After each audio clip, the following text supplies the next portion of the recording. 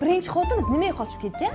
To'yimizni birinchi kechasidan keyin bila olasiz akam. Yo'q, tavba qildim. Qanaqa odam ekan bu? Siz bilan yashamayman, ketaman. Kechasi bilan uyqu bermadingiz. Ey, obbo, bunisi ham ketib qoldi. 2 marta ajrashganmisiz? Ha, shunaqa. Xotinlaringiz nima uchun ketib qolgan? To'yimizni birinchi kechasidan keyin bila olasiz. Qo'qindu. Voy o'lay. Nima bo'lishi mumkin? Sizdaqa yer bilan yasholmayman. Kechasi bilan qiynalib chiqdim. Voy, bunisi ham ketib qoldi-yu, chidolmayapti-da. 3 ta xotiningiz ham qochib ketdimi? Da, shunaqa bo'pti. Nimaga? Chidolmadi-da. Voy, o'lay, sharmanda.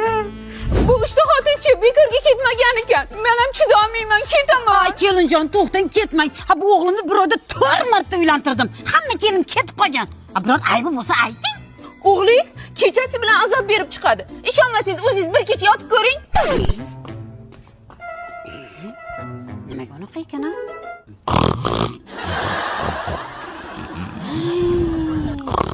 Bekarga 4 ta xotin ketib qolmabdi-da. Bu turishda uxlab bo'lmaydi. Ha, padaringga la'nat qararinglar. Oyi, nima qilyapsiz? Rillamay bo'la. Bu xurrak otishingda birorta xotin sen bilan yashamaydi. Sen bilan faqat kal xotin yashashi mumkin.